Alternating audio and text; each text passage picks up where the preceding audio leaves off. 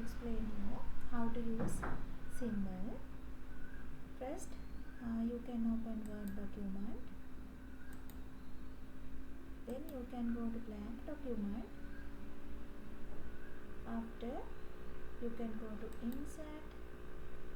Then select symbol and more symbol. Now you can select this symbol. I like this. Then insert, click, then close.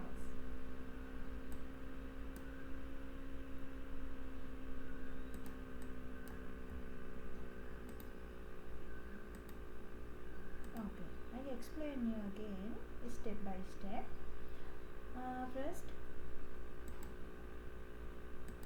First you can open Word document. Then you can select blank document and you can go to insert. Then you can select symbol, then more symbol. Now you can select symbol.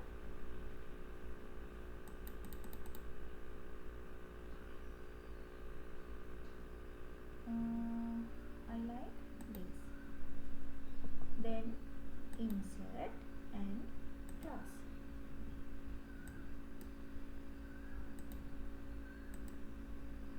Okay, my dear friends, goodbye.